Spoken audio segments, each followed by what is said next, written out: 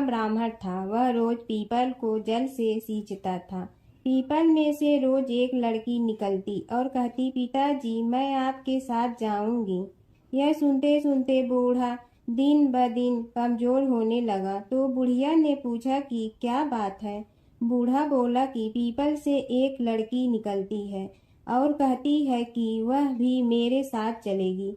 बुढ़िया बोली कि कल ले आना उस लड़की को, जहाँ 6 लड़कियां पहले से ही हमारे घर में है, वहाँ 7वीं लड़की और सही।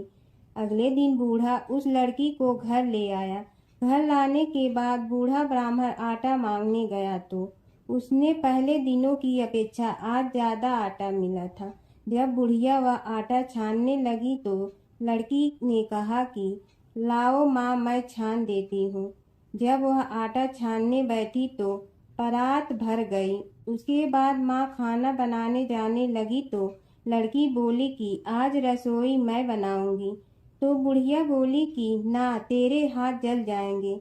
लेकिन लड़की नहीं मानी। वह रसोई में खाना बनाने गई तो उसने तरह तरह के 36 व्यंजन बना डाले और आज सभी ने भर पेट खाना खाया। इससे पहले वह आधा पेट भूखा ही रहते थे। रात हुई तो बुढ़िया का भाई आया और कहने लगा कि दीदी मैं तो खाना खाऊंगा। बुढ़िया परेशान हो गई कि अब खाना कहाँ से लाऊंगी। लड़की ने पूछा कि क्या बात है माँ। उसने कहा कि तेरा मामा आया है और रोटी खाएगा, लेकिन रोटी तो सबने खा ली है, अब उसके लिए कहाँ से लाऊंगी। लड़की बोली कि तू चिंता मत कर माँ, मैं बना दूंगी। और वह रसोई में गई और मामा के लिए 36 व्यंजन बना दी। मामा ने भरपेट खाया और कहा भी कि ऐसा खाना इससे पहले उसने कभी नहीं खाया है। बुढ़िया ने कहा कि भाई तेरी बावनी भाजी है, उसी ने बनाया है। शाम हुई तो लड़की बोली कि माँ चौका लगा के चौके का दिया जला देना, कोठे में मैं सोऊंगी। बुढ़िया बोली कि ना बेटी, तू डर जाएगी। लेकिन वह बोली कि ना माँ, मैं नहीं डरूंगी, मैं अंदर कोठे में ही सोऊंगी। वह कोठे में ही जाकर सो गई। आधी रात को लड़की उठी और चारों ओर आंख मारी तो धन ही धन हो गया। वह बाहर जाने लगी तो एक बूढ़ा ब्राह्मण सो रहा था। उसने देखा तो कहा कि बेटी तू कहाँ चली। लड़की बोली कि मैं तो दरिद्रता दूर करने आई थी, अगर तुम्हें दूर करवानी है तो करवा लो। उसने बूढ़े के घर में भी आँख से देखा तो चारों ओर धन ही धन हो गया। सुबह सवेरे सब उठे तो लड़की को ना पाकर उसे ढूंढने लगे कि पावनी बेटी कहाँ चली गई।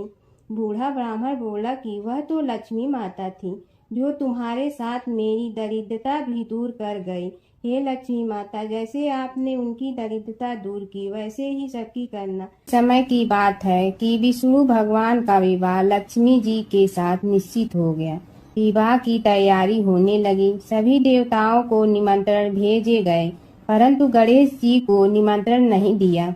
कारण जो भी रहा हो, अब भगवान विष्णु की बारात जाने का समय आ गया। सभी देवता अपनी पत्नियों के साथ विवाह समारोह में आए। उन सब ने देखा कि गणेश जी कहीं दिखाई नहीं दे रहे हैं। तब वे आपस में चर्चा करने लगे कि क्या गणेश जी को कोई न्योता नहीं दिया है या स्वयं गणेश जी ही नहीं आए हैं। सभी को इस बात पर आश्चर्य होने लगा। तभी सब ने विचार किया कि विष्णु भगवान से ही इसका कारण पूछा जाए। विष्णु भगवान से पूछने पर उन्होंने कहा कि हमने गणेश जी के पिता भोलेनाथ महादेव को न्योता भेजा है। यदि गणेश जी अपने पिता के साथ आना चाहते हैं तो आ जाते, अलग से न्योता देने की कोई आवश्यकता भी नहीं थी। दूसरी बात यह है कि उनको 1.25 मन मूंग, 1.25 मन चावल, 1.25 मन घी और 1.25 मन लड्डू का भोजन दिन भर में चाहिए। यदि गणेश जी नहीं आएंगे तो कोई बात नहीं, दूसरे के घर जाकर इतना सारा खाना पीना अच्छा भी नहीं लगता। इतनी वार्ता कर ही रहे थे कि किसी एक ने सुझाव दिया, यदि गणेश जी आ भी जाए तो उनके द्वारपाल बनाकर बैठा देंगे कि आप घर की याद रखना। आप तो चूहे पर बैठकर धीरे धीरे चलोगे तो बारात से बहुत पीछे रह जाओगे। यह सुझाव भी सबको पसंद आ गया, तो विष्णु भगवान ने भी अपनी सहमति दे दी। होना क्या था कि इतने में गणेश जी वहां आ पहुंचे और उन्हें समझा बुझा कर घर की रखवाली करने बैठा दिया गया। बारात चल रही थी, तब नारद जी ने देखा कि गणेश जी तो दरवाजे पर ही बैठे हुए हैं, तो वे गणेश जी के पास गए और रुकने का कारण पूछा। गणेश जी कहने लगे कि विष्णु भगवान ने मेरा बहुत अपमान किया है।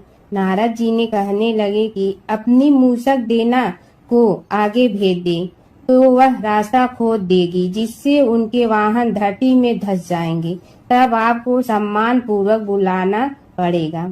अब तो गणेश जी ने अपनी मूसक सेना जल्दी से आगे भेज दी और सेना ने जमीन पोली कर दी। जब बारात वहां से निकली तो रथों के पहिए धरती में धंस गए।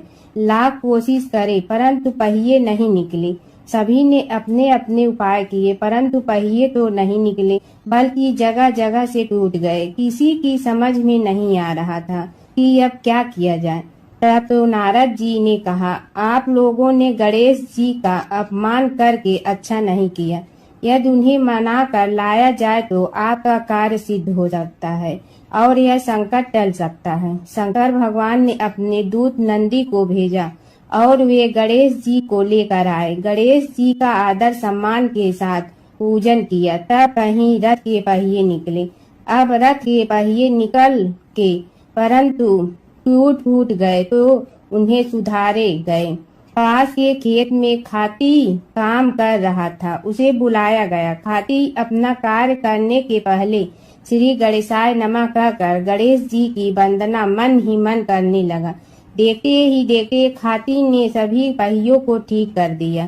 तब खाती कहने लगा कि हे देवताओं, आपने सर्वप्रथम गणेश जी को नहीं मनाया होगा और न ही उनकी पूजन की होगी, इसीलिए तो आपके साथ यह संकट आया है। हम तो मूर्ख अज्ञानी हैं, फिर भी पहले गणेश जी को पूजते हैं, उनका ध्यान करते हैं। आप लोग तो देवतागण हैं, फिर भी आप गणेश जी को कैसे भूल गए। अब आप लोग भगवान श्री गणेश जी की जय बोल कर जाएं तो आपके सब काम बन जाएंगे और संकट कट जाएंगे। ऐसा कहते हुए बारात वहां से चल दी और विष्णु भगवान को लक्ष्मी जी के साथ विवाह संपन्न करा के सभी सकुशल घर लौट आए। हे गणेश जी महाराज, आपने विष्णु को जैसे कारज सारियो ऐसे कारज सबको सिद्ध कर जो। बोलो गजानन भगवान की जय। एक बार एक नगर में एक मालिन रहती थी। उसके पति चल बसे थे। उसका एक 4 साल का पुत्र था। उसकी सास कठोर हृदय की स्त्री थी। वह बहू को बहुत तकलीफ देती थी। एक दिन सास ने बहू और पोते को घर से निकाल दिया। वे दोनों रोते हुए चलते चलते एक जंगल में जा पहुँचे। वहाँ एक बड़े पेड़ के नीचे बैठ गए। वहाँ से थोड़ी दूर पर एक गणेश जी का मंदिर था। वहाँ बहुत लोग गणेश जी के दर्शन करने आते थे। दर्शन करके गणेश जी को प्रसाद चढ़ाते थे। फिर वह प्रसाद सबको बांट देते थे। इस प्रसाद से माँ बेटे का गुजारा होने लगा। दोनों गणेश जी की पूजा पाठ में लग गए। एक दिन उन्होंने सोचा क्यों न हम भी जंगल से फूल ला कर बेचें। वे रोज जंगल से फूल लाकर उसकी माला बनाकर बेचने लगे। साथ में पूजा की सामग्री और प्रसाद भी बेचने लगे। इससे उनको आमदनी होने लगी। गणेश जी की कृपा से आमदनी बढ़ने लगी। जल्दी ही उन्होंने एक मकान और एक दुकान बना लिया। एक राजा की लड़की मंदिर में रोज पूजा करने आती थी। मालिन के बेटे को देखकर राजकुमारी उस पर मोहित हो गई और उससे विवाह करने की सोचने लगी। उसने अपनी भाभी से अपने मन की बात कही। भाभी अनुभवी थी। उसने कहा, ये तो मालिन का बेटा है और तुम एक राजा की बेटी हो। यदि तुमने उससे विवाह किया तो तुम्हारी बहुत बेइज्जती होगी। पर राजकुमारी अपनी बात पर अड़ी रही। उसने कहा, मैंने तो प्रतिज्ञा कर ली है कि उसी से विवाह करूंगी। भाभी ने घर जाकर सारी बात राजा को बता दी। राजा ने मना नहीं किया और विवाह के लिए तैयार हो गए। उन्होंने बड़े धूमधाम से बेटी का विवाह मालिन के बेटे के साथ कर दिया। मालिन ने सबसे पहले बेटे बहू को गणेश जी के मंदिर में ले जाकर पूजा पाठ करवाया और गणेश जी का आशीर्वाद दिलवाया। इसके बाद पूरे नगर में यह बात फैल गई कि गणेश जी की पूजा करने से सब दुख कष्ट दूर हो जाते हैं। इस बात पर सुनते ही नगर के सभी लोग मंदिर आने लगे। मालिन और उसके बेटे की बिक्री और बढ़ गई। उधर उसकी सास के बुरे दिन आ गए। अन्नदाता उससे रूठ गए और वह भूखों मरने लगी। एक दिन वह रोती धोती उसी गणेश जी के मंदिर में आ पहुंची। वहाँ वह मालिन के बेटे से बोली, मैं भूखी हूँ, मुझे रोटी कपड़ा दे दो, इसके बदले में तुम्हारा सारा काम कर दूंगी। लड़के को दया आ गई और उसे काम पर रख लिया। उसने अपनी दादी को नहीं पहचाना। जब मालिन घर आई तो उसने सास को पहचान लिया। वह सास से बोली, सासू जी आप यहाँ कैसे? सास ने पोते की तरफ इशारा करके कहा, मेरी इस सेठ के यहाँ नौकरी लग गई है। बहू बोली, यह आपका पोता है और यह घर भी आपका ही है, यह दुकान भी आपकी ही है। जब आपने हमें घर से निकाला तब गणेश जी ने हमारी रक्षा की। बहू की बात सुनकर सास बोली, मेरी करनी मैं भोगूंगी। बहू बोली, सासू जी अब आप हमारे यहाँ रहो और पोते का सुख देखो।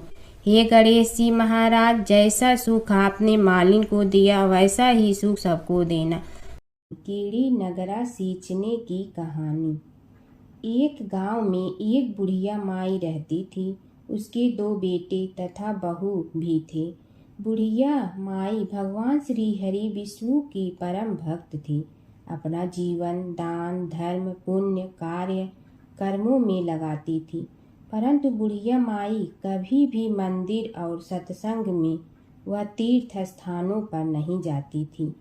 एक बार गांव में भागवत कथा हो रही थी। बेटे ने कहा, माँ आप सारा दिन घर में रहती हैं, आप मंदिर में भागवत कथा सुनने क्यों नहीं जाती? बुढ़िया माई ने बेटे का मन रखने के लिए कह दिया कि आज जाऊंगी, परंतु नहीं गई। ऐसा करते करते 6 दिन निकल गए।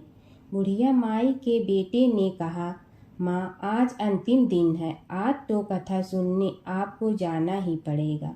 सारा दिन घर का काम करके बुढ़िया माई ने जाते जाते इतनी देर कर दी कि अंतिम दिन की भागवत कथा भी समाप्त हो गई।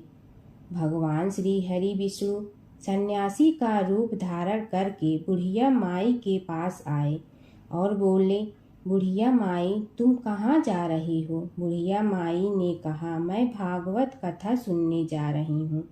तब सन्यासी रूपधारी भगवान श्री हरि विष्णु ने कहा, अब इतनी देर से क्यों जा रही हो? वहाँ तो अब कथा समाप्त हो गई है, अब वहाँ जाकर क्या करोगी? बुढ़िया माई ने कहा, अब घर से निकली हूँ तो जाकर ही रहूंगी। सब सन्यासी रूपधारी भगवान श्री हरि विष्णु ने कहा कि अब कथा समाप्त हो गई, भक्त लोग भी अपने अपने घर चले गए, अब तुम वहाँ से क्या लाओगी? तो बुढ़िया माई बोली, कुछ नहीं तो मैं वहाँ से एक ईंट ही उठा लाऊंगी। तो सन्यासी रूपधारी भगवान श्री हरि विष्णु बोले, तुम वहाँ से मिट्टी की ईंट लाओगी, उसके बदले में मैं तुम्हें एक सोने की ईंट देता हूँ। बुढ़िया माई ने ईंट ले ली और घर की तरफ चल पड़ी और विचार करने लगी कि यदि यह ईंट मैं घर लेकर जाऊंगी तो बेटे बहू झगड़ने लगेंगे। इसीलिए घर के आंगन में बाहर ही बुढ़िया माई ने वह ईंट जमीन में गाड़ दी। परंतु अब बुढ़िया माई का ध्यान उस ईंट पर ही रहने लगा। खाने पीने घर के काम करने में सदैव बुढ़िया माई अपना ध्यान सोने की ईंट पर ही लगाई रखती। बेटे बहू ने पूछा, माँ पूरे दिन घर के आंगन में क्या करती रहती हो? तो बुढ़िया माई ने कहा, मैं आने जाने वाले को देखती रहती हूँ। एक दिन बुढ़िया माई मर गई। यमराज के दूत बुढ़िया माई को लेने आए। बुढ़िया माई को लेकर धर्मराज जी के पास पहुँचे और धर्मराज जी को सारी बात बतलाई। धर्मराज जी ने बुढ़िया माई को कुतिया की योनि दे दी और कुतिया उसी पेड़ के नीचे बैठी रहती। बुढ़िया माई की बहू ने कहा, इस कुतिया को यहाँ से भगाओ, नहीं तो यह बच्चों को काट जाएगी। तो उसके बेटे ने उसकी पीठ पर एक लकड़ी मारी और बुढ़िया माई मर गई और को सर्प की योनि मिली। आंगन में सर्प को देखकर बेटे बहू ने किसी को काट नहीं जाए इसी डर से मार दिया। फिर बुढ़िया माई मरकर धर्मराज जी के पास पहुंची। बुढ़िया माई कीड़ी का रूप धारण करके उस आंगन में कीड़ी नगरा बना लिया। आंगन में कीड़ी नगरा हो गया। घर वाले बहुत परेशान हुए। घर वाले भोजन भी नहीं बना रहे थे और मन ही मन होने का स्मरण करने लगे। तब भगवान श्री हरि विष्णु सन्यासी का रूप धारण करके आए और बोले कि कुछ खाने को दे दो। तो घरवाले ने कहा, महाराज, हमारे खाने को भी कुछ नहीं बनाया क्योंकि हमारे घर में कीड़ी नगरा हो गया है। आप ही इसका कुछ उपाय बतलाइए। तब महाराज जी ने आंगन में खोदा और सोने की 28 निकाली और दोनों बेटों को दे दी और कहा, तुम्हारी माँ के नाम से दान पुण्य करना, धर्मशाला बनवाना, स्कूल बनवाना, प्याऊ लगवाना, गौशाला में गाय के चारे खाने की व्यवस्था करना। परंतु दोनों बेटे आपस में झगड़ने लगे कि तू दान कर, तू दान कर। किसी ने बुढ़िया माई के नाम से कोई दान नहीं किया और कीड़ी नगरा वहाँ उसी स्वरूप में स्थापित रहा। कुछ दिन बाद सन्यासी वापस आया और बुढ़िया माई के बेटों ने भगवान स्वरूपधारी सन्यासी महाराज से कहा कि हमारी घर की हालत वैसी की वैसी है, कीड़ी नगरा तो वैसे का वैसा ही है। तब साधु रूपधारी सन्यासी महाराज ने कहा, वह सोने के ईंट के टुकड़े लाओ और उन्हें बेचकर उनसे जो भी धन मिले उसे तुम्हारी माँ के नाम से दान पुण्य करो। इस कीड़ी नगरा पर शक्कर और आटा डालो। तुम ऐसा करोगे तो तुम्हारी माँ को मोक्ष प्राप्ति होगी। और उनके घर से कीड़ी नगरा चला गया। जो व्यक्ति प्रतिदिन सुबह प्रातः आटा और शक्कर कीड़ी नगरे पर डालता है वह सदैव धनवान, पुत्रवान, संपन्न, सुख शांति से जीवन यापन करता है। उसके घर में कभी कोई कष्ट नहीं आता है। उसका जीवन सदा सर्वदा आनंद से व्यतीत होता है। उसके परिवारजन उसे अत्यधिक स्नेह प्रदान करते हैं। कीड़ी नगरा प्रतिदिन सींचने से जुड़ी नगरी की कहानी सुनने से, दान पुण्य व धर्म कार्यों में रुचि लगाने से जीवन उत्तम हो जाता है। भगवान विष्णु और नारद की कथा। एक बार नारद मुनि जी ने भगवान विष्णु जी से पूछा, हे भगवान, आपका इस समय सबसे प्रिय भक्त कौन है? अब विष्णु तो भगवान हैं, सो झट से समझ गए अपने भक्त नारद मुनि की बात और मुस्कुरा कर बोले, मेरा सबसे प्रिय भक्त उस गांव का एक किसान है। यह सुनकर नारद मुनि जी थोड़ा निराश हुए और फिर से एक प्रश्न किया, हे भगवान, आपका बड़ा भक्त तो मैं हूँ, तो फिर सबसे प्रिय क्यों नहीं? भगवान विष्णु जी ने नारद मुनि जी से कहा, इसका जवाब तो तुम खुद ही दोगे। जाओ, एक दिन उसके घर रहो और फिर सारी बात मुझे बताना। नारद मुनि जी सुबह सवेरे मुंह अंधेरे उस किसान के घर पहुंच गए। देखा अभी अभी किसान जगा है और उसने अब सबसे पहले अपने जानवरों को चारा देता, फिर मुंह धोता, दैनिक कार्यों से निवृत्त होता, जल्दी जल्दी भगवान का नाम लिया, रूखी सूखी रोटी खाकर जल्दी जल्दी अपने खेतों पर चला गया। सारा दिन खेतों में काम किया और शाम को वापस घर आया। जानवरों को अपनी जगह बांधा, उन्हें चारा पानी डाला, हाथ धोया, मुंह धोया, फिर थोड़ी देर भगवान का नाम लिया, फिर परिवार के संग बैठकर खाना खाया और कुछ बातें की और फिर से सो गया। अब सारा दिन यह सब देखकर नारद मुनि जी भगवान विष्णु के पास वापिस आए और बोले, भगवान, मैं आज सारा दिन उस किसान के संग रहा, लेकिन वो तो ढंग से आपका नाम भी नहीं ले सकता। उसने थोड़ी देर सुबह थोड़ी देर, शाम को और भी जल्दी जल्दी आपका ध्यान किया, और मैं तो 24 घंटे सिर्फ आपका ही नाम जपता हूँ। क्या आपका सबसे प्रिय भक्त वो गरीब किसान ही है? भगवान विष्णु जी ने नारद की बात सुनकर कहा, अब इसका जवाब भी तुम मुझे खुद ही देना।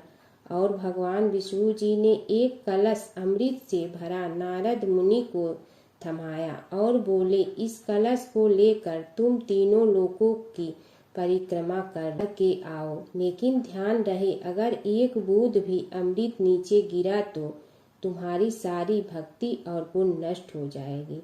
नारद मुनि तीनों लोकों की परिक्रमा करके जब भगवान विष्णु के पास वापस आए तो खुश होकर बोले, भगवान, मैंने एक बूंद भी अमृत नीचे नहीं गिरने दिया। विष्णु भगवान ने पूछा, और इस दौरान तुमने मेरा नाम कितना बार लिया, मेरा स्मरण कितनी बार किया? तो नारद बोले, अरे भगवान जी, मेरा तो सारा ध्यान इस अमृत पर था, फिर आपका ध्यान कैसे करता? भगवान विष्णु ने कहा, हे नारद, देखो उस किसान को, वो अपना कर्म करते हुए भी नियमित रूप से मेरा स्मरण करता है, क्योंकि जो अपना कर्म करते हुए भी मेरा जाप करे वो ही मेरा सबसे प्रिय भक्त है। तुम तो सारे दिन खाली बैठे ही जप करते हो, और जब तुम्हें कर्म दिया तो मेरे लिए तुम्हारे पास समय ही नहीं था। तो नारद मुनि सब समझ गए और भगवान के चरण पकड़ कर बोले, हे भगवान, आपने मेरा अहंकार तोड़ दिया, आप धन्य हैं। पुरुषोत्तम मास की कथा। प्राचीन समय की बात है। देवताओं और ऋषियों ने भगवान विष्णु से पूछा, हे प्रभु, यह पुरुषोत्तम मास क्या है और इसका इतना महत्व क्यों माना जाता है? तब भगवान विष्णु बोले, सभी महीनों में एक अतिरिक्त मास आता है जिसे लोग मलमास कहकर तुच्छ समझते थे। उस मास का कोई स्वामी नहीं था, इसलिए वह बहुत दुखी रहता था। अपमान सहते सहते वह भगवान विष्णु के पास पहुंचा और रो कर बोला, हे प्रभु, सब लोग मेरा तिरस्कार करते हैं, मेरा कोई सम्मान नहीं करता है। भगवान विष्णु को उस मास पर दया आ गई। उन्होंने कहा, आज से मैं स्वयं तुम्हारा स्वामी हूँ। मेरा नाम पुरुषोत्तम है, इसलिए अब तुम्हें पुरुषोत्तम मास कहा जाएगा। जो मनुष्य इस मास में स्नान, दान, व्रत, कथा और भगवान का भजन करेगा, उसे अनेक यज्ञों के समान पुण्य मिलेगा। तभी से यह मास अत्यंत पवित्र माना जाने लगा। इस महीने में भगवान विष्णु की पूजा, गीता पाठ, दान, पुण्य और व्रत करने का विशेष महत्व है। ऐसा करने से मनुष्य के पाप नष्ट होते हैं और घर में सुख समृद्धि आती है। प्राचीन काल की बात है। एक नगर में धर्मपाल नाम का एक निर्धन किंतु अत्यंत धर्मनिष्ठ व्यक्ति रहता था। वह न तो अधिक पूजा पाठ जानता था और न ही उसके पास धन था, परंतु उसके हृदय में भगवान विष्णु के प्रति अपार श्रद्धा थी। प्रतिदिन प्रातः स्नान कर भगवान विष्णु का स्मरण करता और तुलसी दल अर्पित करता। तब भी वह हरि नाम का जाप करता रहता। एक दिन किसी कारणवश वह पूजा न कर सका। मन में ग्लानि हुई और रात को उसने भगवान विष्णु से क्षमा याचना की। उसी रात उसे स्वप्न में विष्णु ने दर्शन दिए और कहा, हे भक्त, जो भी व्यक्ति श्रद्धा से मेरा स्मरण करता है, मैं उसके सभी पाप हर लेता हूँ। भक्ति में विधि नहीं, भाव प्रधान होता है। कुछ समय बाद धर्मपाल के जीवन की सभी कठिनाइयाँ दूर हो गई।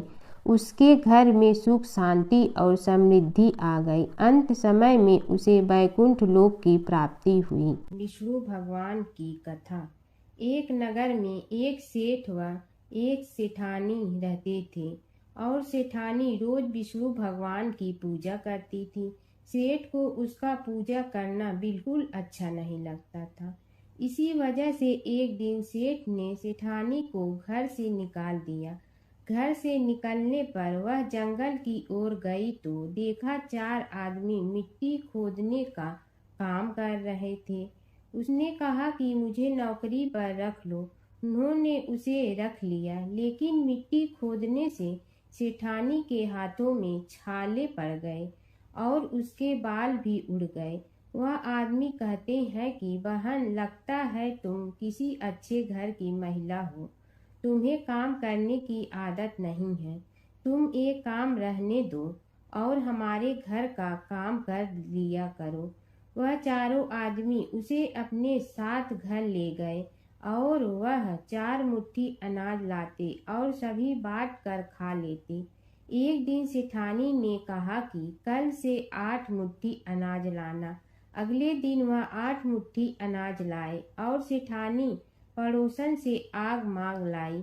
उसने भोजन बनाया, विष्णु भगवान को भोग लगाया, फिर सभी को खाने को दिया। सारे भाई बोले कि बहन, आज तो भोजन बहुत स्वादिष्ट बना है। सेठानी ने कहा कि भगवान का जूठा है तो स्वाद तो होगा ही। सेठानी के जाने के बाद सेठ भूखा रहने लगा और आस पड़ोस के सारे लोग कहने लगे कि ये तो सेठानी के भाग्य से खाता था। एक दिन सेठ अपनी सेठानी को ढूंढने चल पड़ा। उसने ढूंढते हुए वह भी उस जंगल में पहुंच गया जहां वह चारों आदमी मिट्टी खोद रहे थे। सेठ ने उन्हें देखा तो कहा कि भाई, मुझे भी काम पर रख लो। उन आदमियों ने उसे काम पर रख लिया, लेकिन मिट्टी खोदने से उसके भी हाथों में छाले पड़ गए और बाल उड़ने लगे। उसकी यह हालत देख चारों बोले कि तुम्हें काम की आदत नहीं है, तुम हमारे साथ चलो और हमारे घर में रह लो।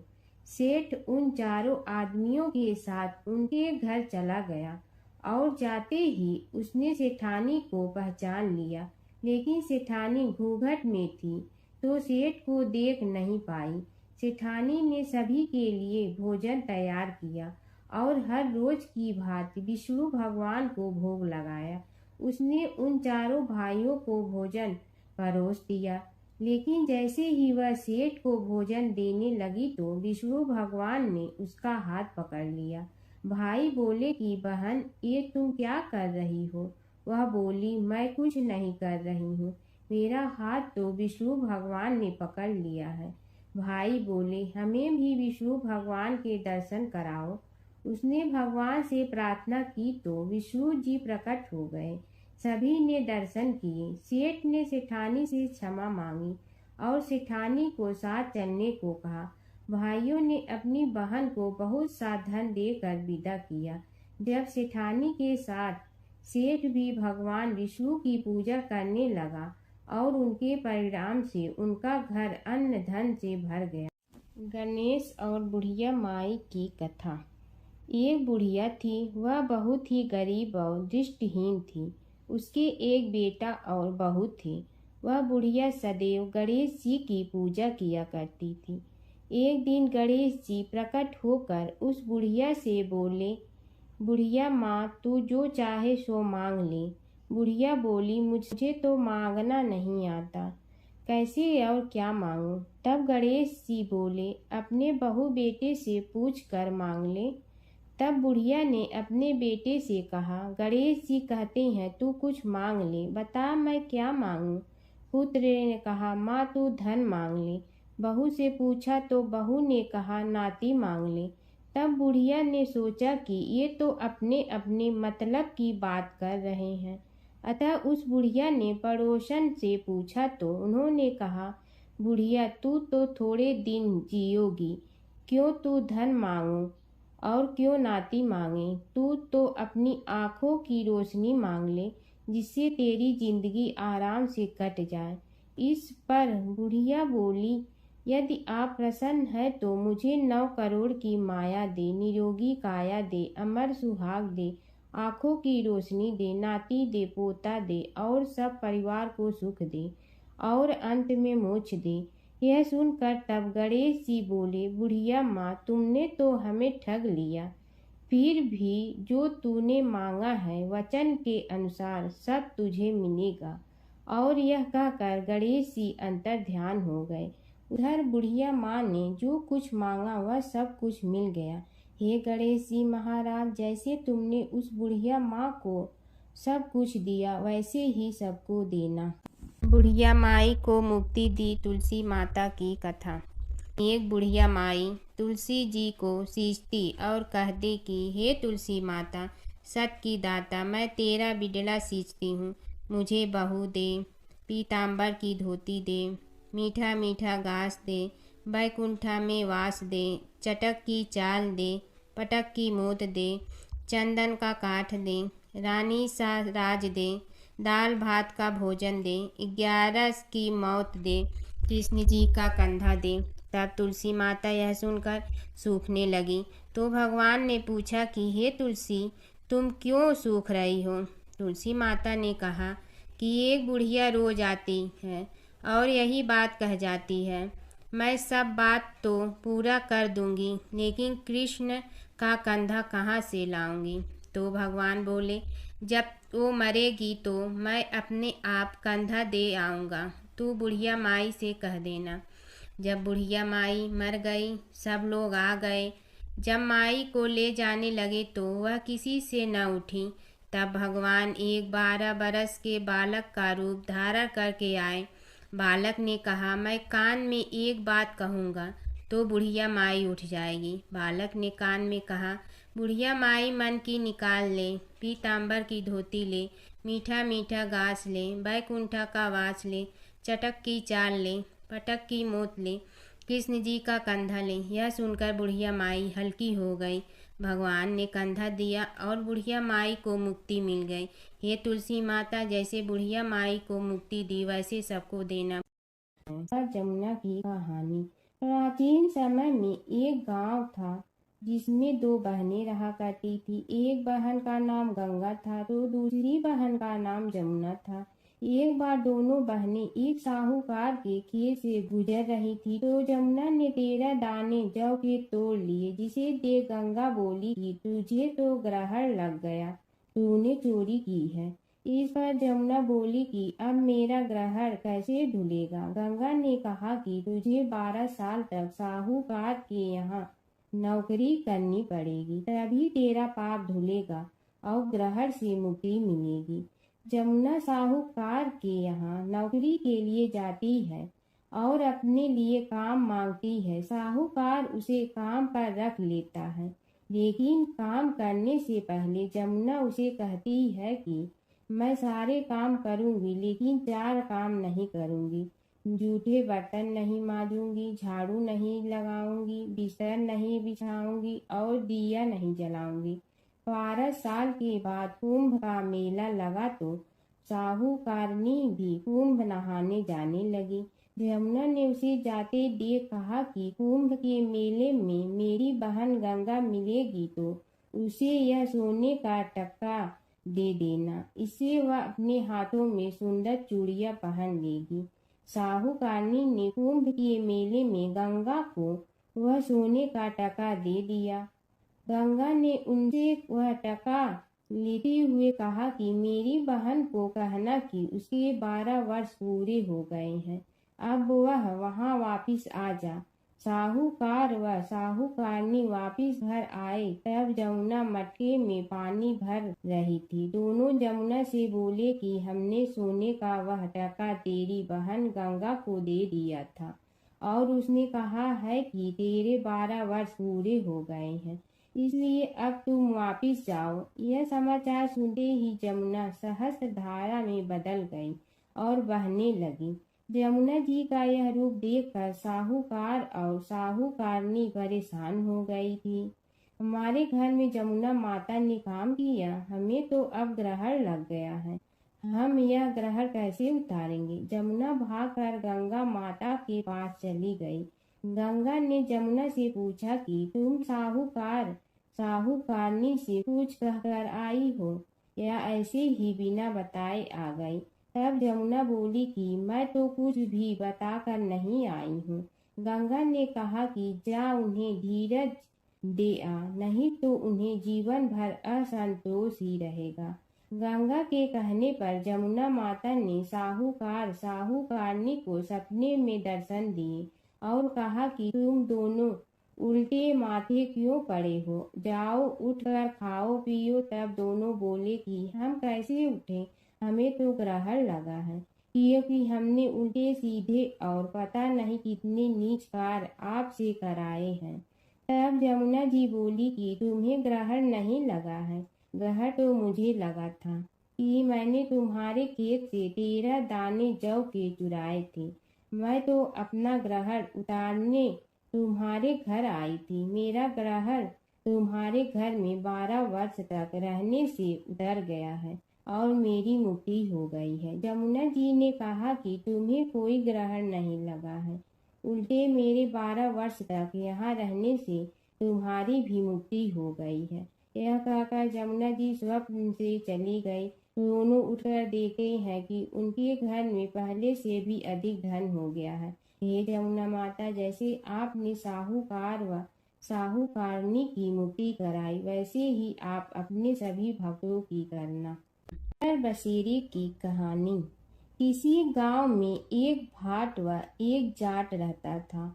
दोनों में घनिष्ठ मित्रता थी। एक बार जाट अपनी बहन के घर जाने को तैयार हुआ तो भाट अपनी ससुराल जाने को तैयार हुआ।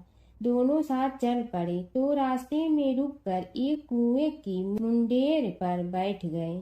जाट ने भाट से कहा कि नगर बसेरा कर लेते हैं। इस पर भाट बोला कि तू ही नगर बसेरा कर ले, मैं तो अपनी ससुराल जा रहा हूँ, वहाँ खूब खातिर होगी मेरी, तू कर ले नगर बसेरा। जाट वहीं कुएं के पास बैठ पानी की घंटी और चावल का दाना लेकर नगर बसेरा करने लगा। नगर बसेरा करने के साथ जाट कहने लगा कि नगर बसेरा जो करे सो मल धोवे पाँव, ताता माड़ा तापसी देगी मेरी माँ, माँ देगी मावशी तेगी द्वारका का वास, मीठा मीठा घास वृंदावन का वास, 5 कुल्ठी छठी रास, मेरी जीवड़ो श्री कृष्ण के पास, डालू पानी हो जाए घी, झट से निकल जाए मेरा जी। यह सब कर कर के वह जाट बहन के पास चल पड़ा। जाट की बहन ने भाई के आने पर उसकी खातिर की। खी बूरा के साथ भाई को जिमाया। दोनों ने बैठकर ढेर सारी बातें की। इधर भाट अपने ससुराल पहुंचा तो वहां आग लगी हुई थी। आग बुझाने वह भी लग गया, जिसमें हाथ मुंह भी काले हो गए और खुद भी थोड़ा सुलझ गया। ना रोटी ना पानी के लिए ही किसी ने पूछा। एक पड़ोसन आई तो उसने भाट की सास को कहा कि जमाई आया है, जरा उस आओ भगत कर लो। बुढ़िया बोली कि सब कुछ तो जल गया है, अब कहाँ से आओ भगत करूं। तब पड़ोसन ने ही भाट को एक रोटी के साथ छाछ दी। उसने वही खाकर गुजारा किया। शाम को दोनों फिर घर की ओर चल पड़े और रास्ते में मिल गए और एक दूसरे का हाल पूछा। भाट बोला कि मेरी ससुराल में तो आग लगी हुई थी, आग बुझाते मैं खुद काला हो गया हूँ, ना रोटी मिली ना पानी। जाट बोला कि मेरी तो बहुत खातिर हुई। फिर बोला कि मैंने कहा था ना कि नगर बसेरा कर ले, अब कर ले, लेकिन भाट ने फिर मना कर दिया। कहने लगा कि चाहे रोटी दे या न दे, तेरी तो माँ है, दही चूरमा का पेड़ा धरा पाएगा। भाट ने फिर नगर बसेरा नहीं किया, जाट ने कर लिया। नगर बसेरा जो करे सो मल धोए पाँव, ताता माड़ा तापसी देगी मेरी माँ, माँ देगी मावशी देगी द्वारका का वास, मीठा मीठा घास वृंदावन का वास, 5 कुल्ठी छठी रास, मेरा जी बड़ो श्री कृष्ण के पास, डालू पानी हो जाए घी, झट से निकल जाए मेरा जी। करके वह चल पड़ा। घर पहुँचते ही जाट की मावशी ने बहुत लाड प्यार किया। उधर भाट घर गया तो उसकी भैंस खो गई थी। बाप एक लाठी रखे तो दूसरी उठाए और कहने लगा कि ससुराल गया तो आग लगा दी, अब यहाँ आया तो भैंस खो दी। बाप ने कहा कि पहले भैंस लेकर आ, तभी रोटी पानी मिलेगा। सारा दिन भाट भैंस ढूंढता रहा, लेकिन उसे भैंस नहीं मिली। जाट और भाट की मुलाकात फिर से बाजार में हो गई। जाट ने भाट के हाल चाल पूछे तो भाट बोला कि आते ही भैंस खो गई। बस उसी दिन से भैंस ढूंढ रहा हूँ। रोटियां का तो पूछो ही मत। जाट ने कहा कि मैंने तो पहले ही कहा था कि नगर बसेरा कर ले। जाट की बात सुनकर भाट बोला कि तेरे नगर बसेरे में इतनी ताकत है तो चल अब कर लेते हैं। दोनों ने बैठकर नगर बसेरा किया।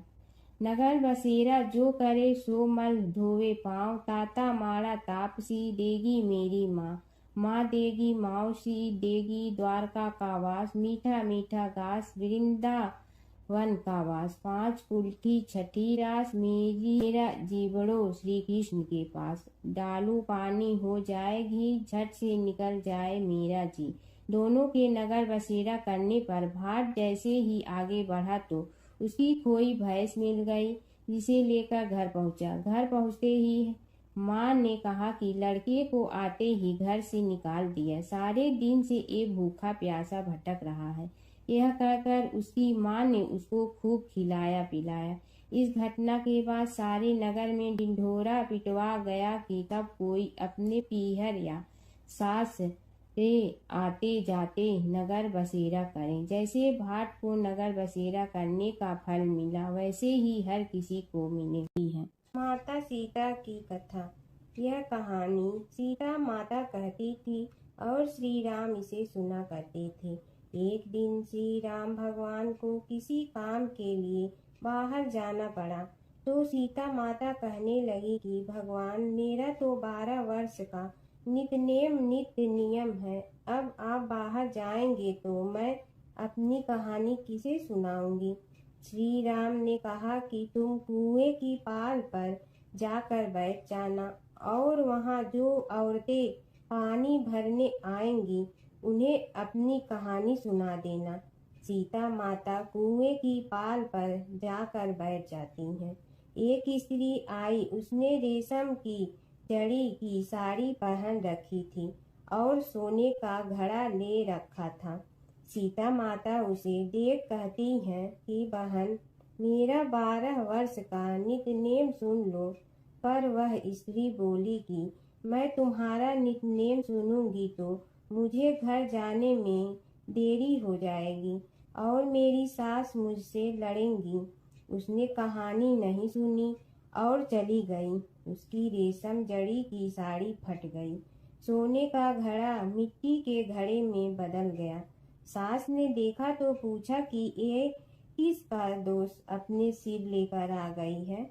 बहू ने कहा कि कुएं पर एक औरत बैठी थी, उसने कहानी सुनने के लिए कहा, लेकिन मैंने सुनी नहीं, जिसका यह फल मिला है। बहू की बात सुनकर अगले दिन वही साड़ी और घड़ा लेकर सास कुएं की पाल पर गई।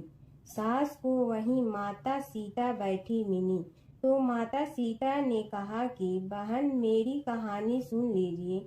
सास बोली कि एक बार छोड़, मैं तो 4 बार कहानी सुन लूंगी। राम आए लक्ष्मण आए, देश के पुजारी आए, नित नेम का नेम लाए, आओ राम बैठो राम। तपी रसोई जियो राम, माखन मिश्री खाओ राम। दूध बतासा पियो राम, सूत के पलका मोठो राम। साल दुसाला पोठो राम, साल दुसाला ओढ़ो राम। जब बोलो जब राम ही राम, राम संवारे सबके काम। खाली घर भंडार भरेंगे, सबका बेड़ा पार करेंगे। श्री राम जय राम जय जय राम।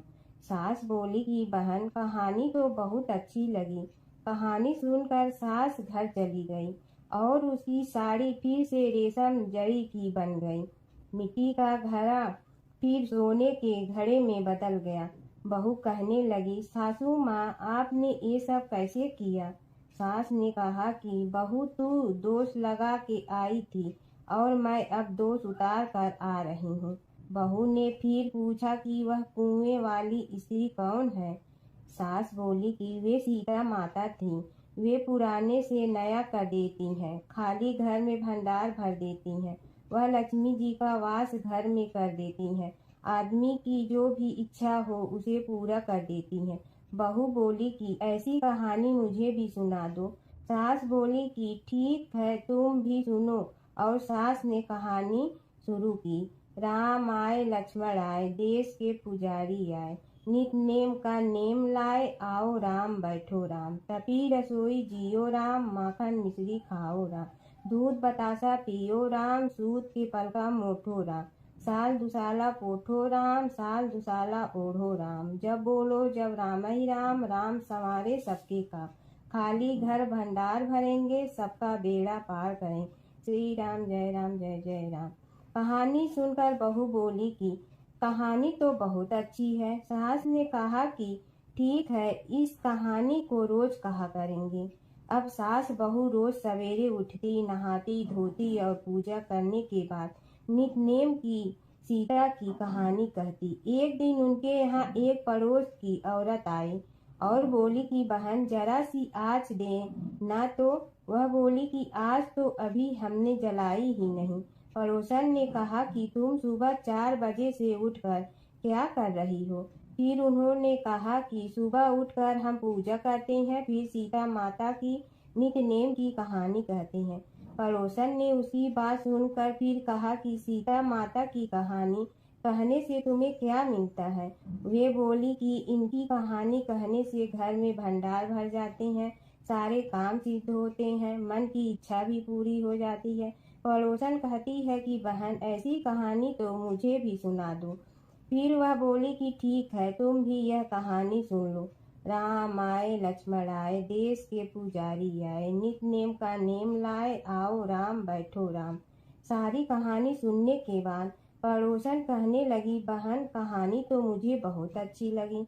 अब वह पड़ोसन भी नित नेम सीता माता की कहानी कहने लगी। कहानी कहने से सीता माता ने पड़ोसन के भी भंडार भर दिए। अब तो पूरे मोहल्ले में नित नेम की कथा चल पड़ी। हर किसी की मनोकामना पूरी होने लगी। हे सीता माता, जैसे आपने उनके भंडार भरे वैसे ही आप हमारे भी भंडार भरना, सबकी भरना, कहानी सुनने वाले के भी और कहानी कहने वाले के भी। प्राचीन काल की बात है। नैमिषारण्य क्षेत्र में ऋषि महर्षि और साधु संतों का समाज जुड़ा था।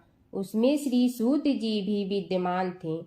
शौनक जी ने उनकी सेवा में उपस्थित होकर निवेदन किया कि हे अज्ञान रूप घोर तिमिर को नष्ट करने में करोड़ों सूर्यों के समान प्रकाशमान श्री सूत जी हमारे कानों के लिए अमृत के समान जीवन प्रदान करने वाले कथा तत्व का वर्णन कीजिए।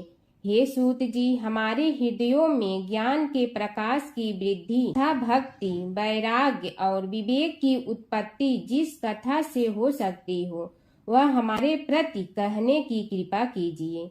शौनक जी की जिज्ञासा से सूत जी बड़े प्रसन्न हुए। पूरा तन इतिहासों के स्मरण से उनका शरीर पुलकायमान हो रहा था। वे कुछ देर उसी स्थिति में विराजमान रहकर कुछ विचार करते रहे और अंत में बोले, शौनक जी, इस विषय में आपके चित्त में बड़ी जिज्ञासा है। आप धन्य हैं जो सदैव ज्ञान की प्राप्ति में तत्पर रहते हुए विभिन्न पुराण कथाओं की जिज्ञासा रखते हैं। आज मैं आपको ज्ञान के परम स्रोत रूप श्री गणेश जी का जन्म कर्म रूप चरित्र सुनाऊंगा। गणेश जी से ही सभी ज्ञानों सभी विद्याओं का उद्भव हुआ है। अब आप सावधान चित्त से विराजमान हो। श्री गणेश जी के ध्यान और नमस्कार पूर्वक उनका चरित्र श्रवण करें। नमस्तस्मै गणेशाय ब्रह्मा विद्या प्रदायिनी यनागस्त्यसमः साक्षात विघ्न सागर सोषणे। कैसे हैं वे श्री गणेश जो सभी प्रकार की ब्रह्म विद्याओं को प्रदान करने वाले अर्थात ब्रह्मा के सगुण और निर्गुण स्वरूप पर प्रकाश डालने और जीव ब्रह्मा का अभेद प्रतिपादन करने वाली विद्याओं के दाता हैं। वे विघ्नों के समुद्रों को महर्षि अगस्त्य के समान शोषण करने में समर्थ हैं। इसलिए उनका नाम विघ्न सागर शोषक के नाम से प्रसिद्ध है। मैं उन भगवान श्री गणेश जी को नमस्कार करता हूँ। प्रथम पूजा के अधिकारी श्री गणेश जी, यह कहकर सूत जी कुछ समय के लिए मौन हो गए और फिर बोले, शौनक जी, भगवान गणेश जी ही सर्वप्रथम पूजा प्राप्ति के अधिकारी हैं। किसी भी देवता की पूजा करो, पहले उनकी पूजा करो। शौनक जी ने निवेदन किया, हे भगवान, हे सूत, सर्वप्रथम यह बताने की कृपा कीजिए कि गणेश जी को प्रथम पूजा का अधिकार किस प्रकार प्राप्त हुआ।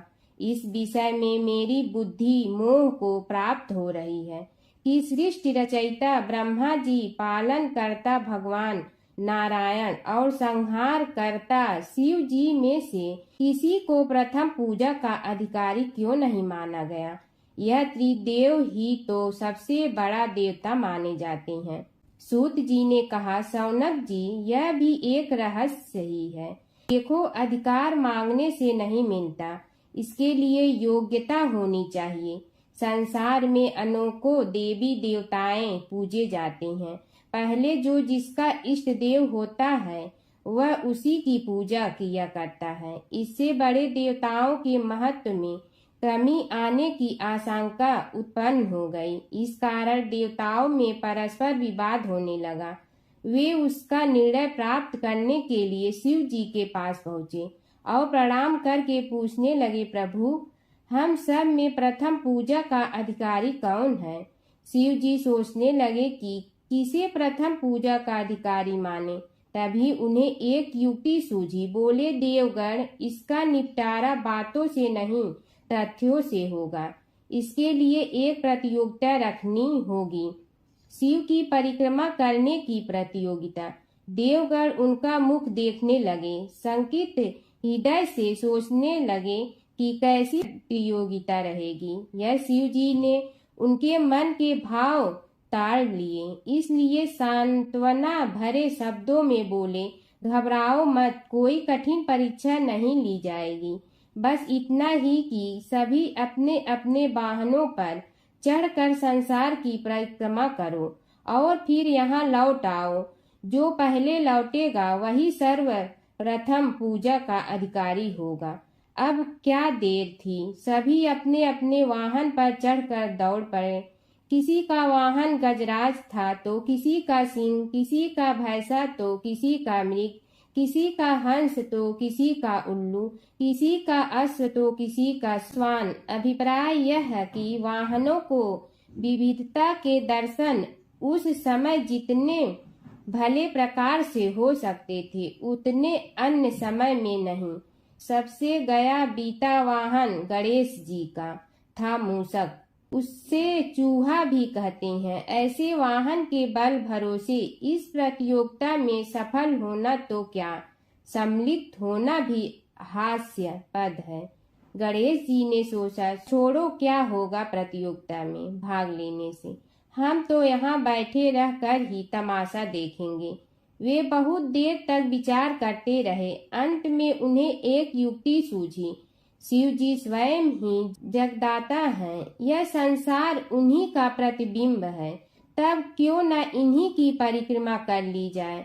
इनकी परिक्रमा करने से ही संसार की परिक्रमा हो जाएगी। ऐसा निश्चय कर उन्होंने मूषक पर चढ़कर शिव जी की परिक्रमा की और उनके समक्ष जा पहुँचे।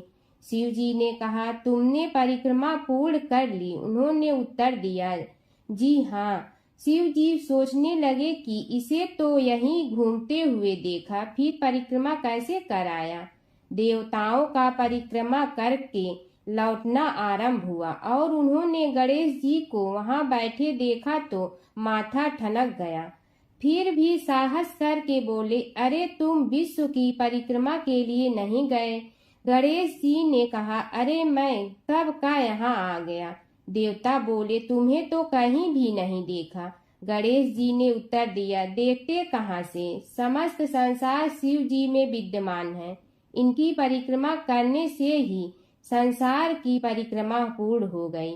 सूत जी बोले, शौनक, इस प्रकार गणेश जी ने अपनी बुद्धि के बल पर ही विजय प्राप्त कर ली। उनका कथन सत्य था, इसलिए कोई विरोध करता भी तो कैसे। बस उसी दिन से गणेश जी की प्रथम पूजा होने लगी। धर्मराज जी की कथा। दो सेठानियाँ थी। एक के घर में धन बहुत था पर वह कंजूस थी। दूसरी के पास धन थोड़ा कम था पर मन से वह बहुत अमीर थी।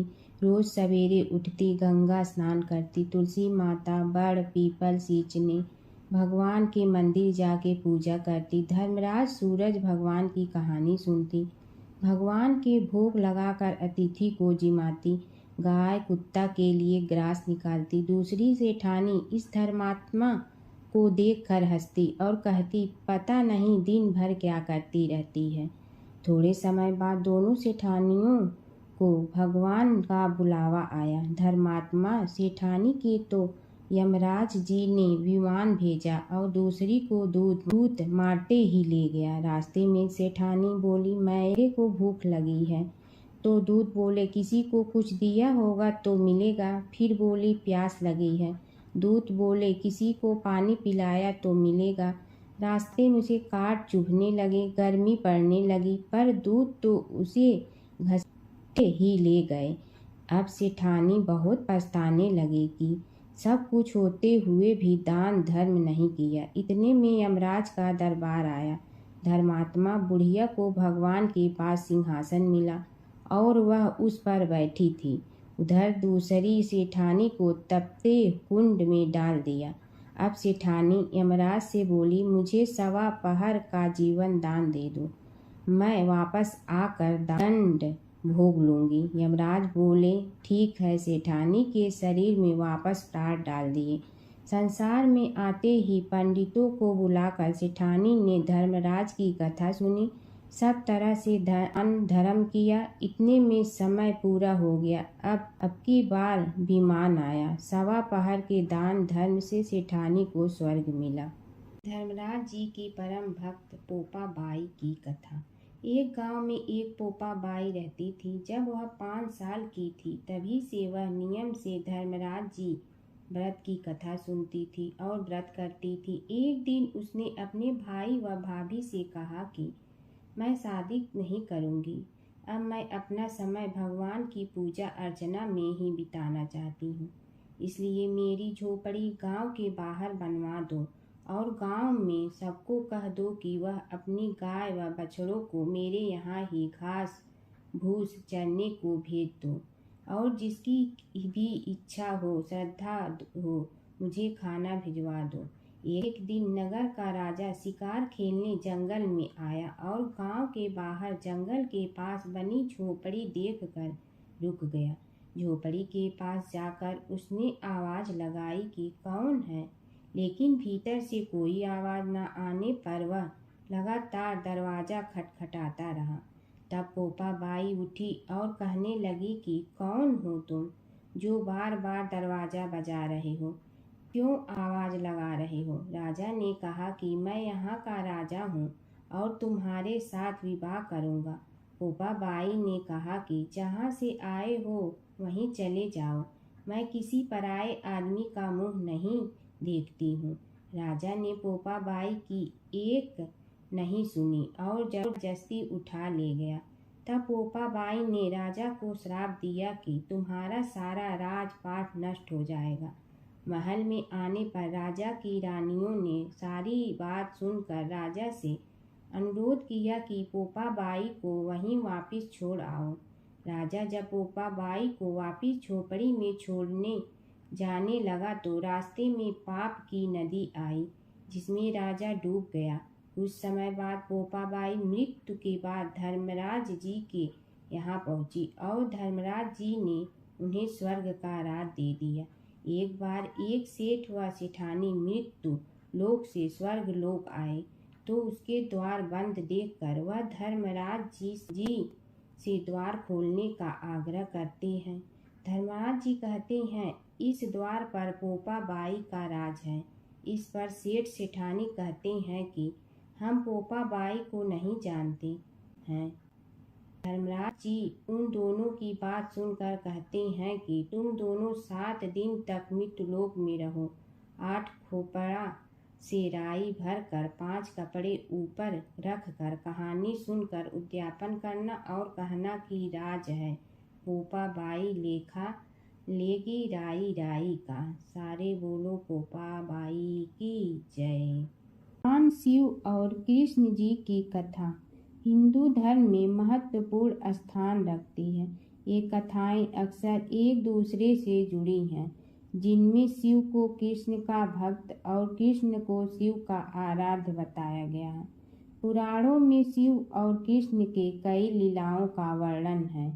कृष्ण के दर्शन के लिए शिव का साधु वेश में गोकुल जाना। एक पौराणिक कथा के अनुसार भगवान शिव एक साधु का वेश धारण करके गोकुल में कृष्ण के दर्शन के लिए गए थे। मैया यशोदा ने उन्हें भिक्षा देने के लिए आई, लेकिन शिव ने कृष्ण के दर्शन के अलावा कुछ भी स्वीकार करने से इनकार कर दिया। यशोदा ने पहले तो मना कर दिया, लेकिन बाद में पूर्णमासी काकी के समझाने पर उन्होंने कृष्ण को साधु के सामने प्रकट किया। शिव ने कृष्ण के दर्शन किए और उनके चरणों की छाप छोड़कर चले गए। यशोदा और नंद राय समझ गए कि यह कोई साधारण साधु नहीं था, बल्कि कोई दिव्य पुरुष था। नारद मुनि का घमंड। एक बार नारद मुनि को अपने ज्ञान और भक्ति पर घमंड हो गया। कृष्ण ने नारद मुनि की परीक्षा लेने के लिए उन्हें एक गांव में भेजा, जहां एक महिला अपने पति के बीमार होने पर बहुत दुखी थी। नारद मुनि ने महिला को समझाया कि वह भगवान से प्रार्थना करे, लेकिन महिला ने कहा कि वह अपने पति को कष्ट में नहीं देख सकती। तब नारद मुनि ने राधा से मिलने का फैसला किया। राधा ने नारद मुनि को चरणामृत दिया और कहा कि वह इसे अपने पति को दे। नारद मुनि ने जब राधा से चरणामृत लिया तो उन्हें एहसास हुआ कि राधा का प्रेम कृष्ण के प्रति सबसे महान है। इस घटना के बाद नारद मुनि का घमंड चूर चूर हो गया। नारद मुनि और कृष्ण की लीला। नारद मुनि अक्सर कृष्ण की लीलाओं में शामिल होते थे। एक बार नारद मुनि इंद्र के दरबार से द्वारका जा रहे थे। रास्ते में उन्होंने पारिजात वृक्ष का एक फूल लिया और कृष्ण को दे दिया। कृष्ण ने वह फूल रुक्मिणी को दे। नारद मुनि ने देखा कि कृष्ण ने वह फूल रुक्मिणी को दिया तो उन्हें बहुत खुशी हुई। हर व्रत कथा के साथ पढ़ी और सुनी जाने वाली लपसी तपसी की यह कहानी। एक लपसी था, एक तपसी था। तपसी हमेशा भगवान की तपस्या में लीन रहता था। लपसी रोजाना सवा सेर की लपसी बनाकर भगवान का भोग लगाकर जीम लेता था। एक दिन दोनों लड़ने लगे। तपसी बोला, मैं रोज़ भगवान की तपस्या करता हूँ, इसलिए मैं बड़ा हूँ। लपसी बोला, मैं रोज़ भगवान को सवा सेर लपसी का भोग लगाता हूँ, इसलिए मैं बड़ा हूँ। नारद जी वहाँ से गुजर रहे थे। दोनों को लड़ता देखकर उनसे पूछा कि तुम क्यों लड़ रहे हो। तपसी ने खुद के बड़ा होने का कारण बताया और लपसी ने अपना कारण बताया। नारद जी बोले, तुम्हारा फैसला मैं करूँगा। दूसरे दिन लपसी और तपसी नहाकर अपनी रोज की भक्ति करने आए तो नारद जी ने छुपकर 1.25 करोड़ की एक एक अंगूठी उन दोनों के आगे रख दी। तपसी की नज़र उस अंगूठी पर पड़ी जो उसने चुपचाप अंगूठी उठाकर अपने नीचे दबा ली। तब लपसी की नज़र अंगूठी पर पड़ी, लेकिन उसने ध्यान नहीं दिया। भगवान को भोग लगाकर लपसी खाना खाने लगा। नारद जी सामने आए तो दोनों ने पूछा कि कौन बड़ा, तो नारद जी ने तपसी से खड़ा होने को कहा। वो खड़ा हुआ तो उसने नीचे दबी अंगूठी दिखाई पड़ी। नारद जी ने लपसी से कहा, तपस्या करने के बाद भी तुम्हारी चोरी करने की आदत नहीं गई, इसलिए लपसी बड़ा है और तुम्हें तुम्हारी तपस्या का कोई फल भी नहीं मिलेगा। तपसी शर्मिंदा होकर माफ़ी मांगने लगा। उसने नारद जी से पूछा, मुझे मेरी तपस्या का फल कैसे मिलेगा? नारद जी ने कहा, यदि कोई गाय और कुत्ते की रोटी नहीं बनाएगा तो फल तुझे मिलेगा। यदि कोई ब्राह्मण को भोजन करवा कर दक्षिणा नहीं देगा तो फल तुम्हें मिलेगा। यदि कोई साड़ी के साथ ब्लाउज नहीं देगा तो फल तुझे मिलेगा। यदि कोई दिए से दिया जलाएगा तो फल तुम्हें मिलेगा।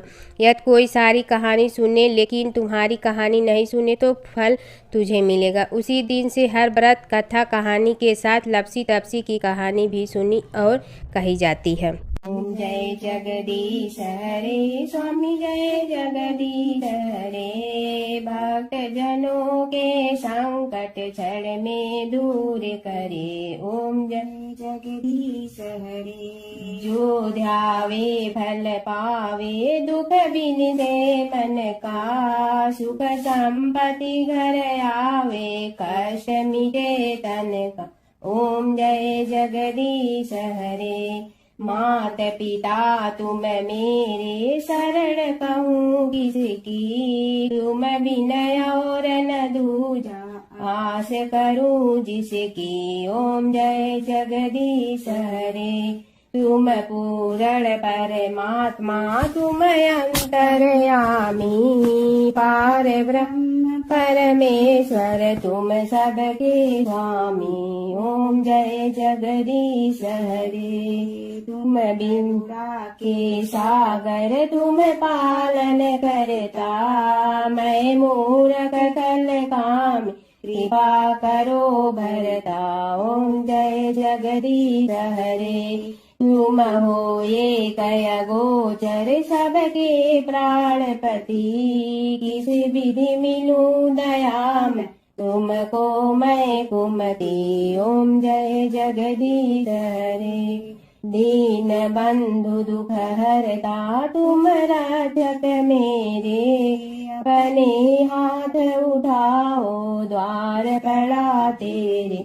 ओम जय जगदीश हरे, विषय विकार मिटा, पाप हरो देवा, श्रद्धा भक्ति बढ़ाओ, संतन की सेवा। ओम जय जगदीश हरे, तन मन धन सब तेरा, स्वामी सब कुछ है तेरा, तेरा तुझको अर्पण क्या लागे मेरा।